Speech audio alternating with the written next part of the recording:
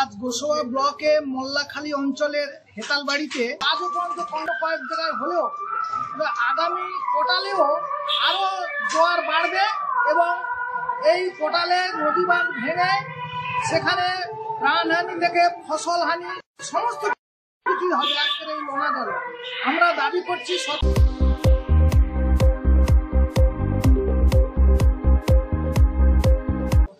এই ভরা কোটালে প্রায় 100 ফুট মতো নদী বাঁধ বসে গেছে, সেখানে প্রায় জল ঢোকার মতো। প্রশাসনে এই বাঁধগুলি মেরামত না হওয়াতে আজকে ব্লকের কুমিরমারি, দুর্গাদুয়ানি, পাখিরালা থেকে শুরু করে প্রায় অঞ্চলগুলো খুবই ভগ্ন বাঁধের অবস্থা।